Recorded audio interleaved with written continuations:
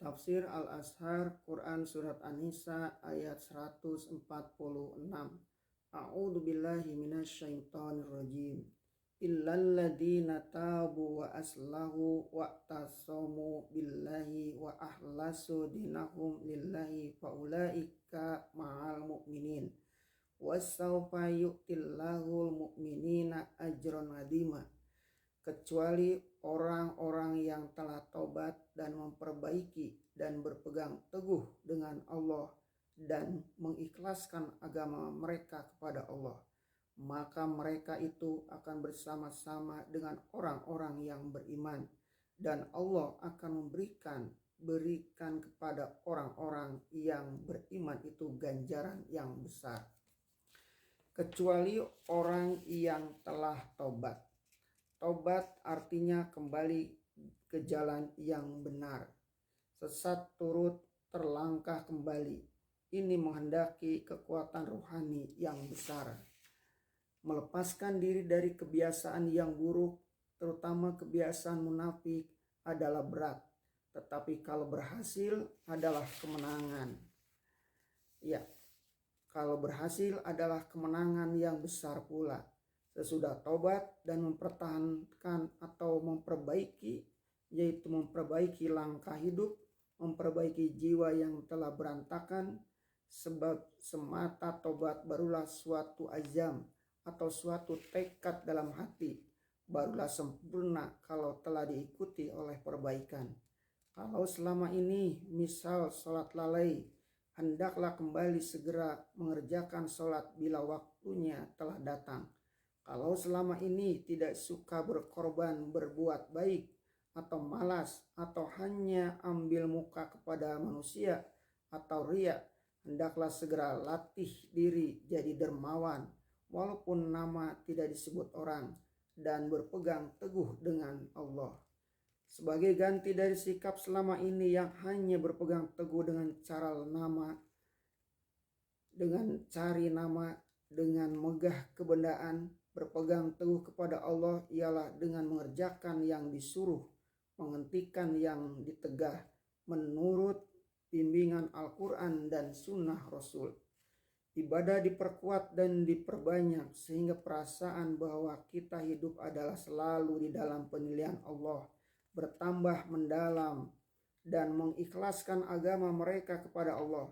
Dalam kata dua ini, pertama berpegang teguh kepada Allah, kedua mengikhlaskan agama kepada Allah.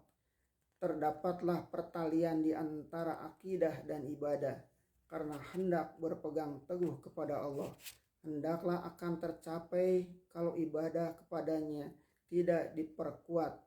Dengan demikian seluruh ad-din atau agama benar-benar ikhlas karena Allah. Tidak ada yang lain lagi yang terlintas dalam pikiran kecuali Allah. Inilah 4 syarat yang harus dipenuhi buat membersihkan diri dari hidup munafik, yaitu tobat, memperbaiki, berpegang teguh kepada Allah, dan mengikhlaskan agama karena Allah. Kalau ini sudah tercapai, datanglah sambungan ayat. Maka mereka itu akan bersama-sama dengan orang-orang yang beriman. Keempat, syarat ini adalah obat penyakit jiwa, obat munafik, dan obat kekafiran juga. Kadang-kadang timbulnya sesalan atas suatu dosa lebih mempertinggi martabat ruhani daripada orang yang merasa dirinya tidak pernah berdosa. Sesalan atas kesesatan jiwa di zaman lampau menyebabkan selalu berusaha mencapai tathhir atau pembersihan dan tazkiyah atau penyucian. Niat dalam hati pun hendak naik keluar dari dalam lembah kehinaan itu. Sebab itu selalu berusaha, usaha itu tidak akan gagal, sebab Allah sendiri pun akan menolong, menarik tangan orang itu naik ke atas.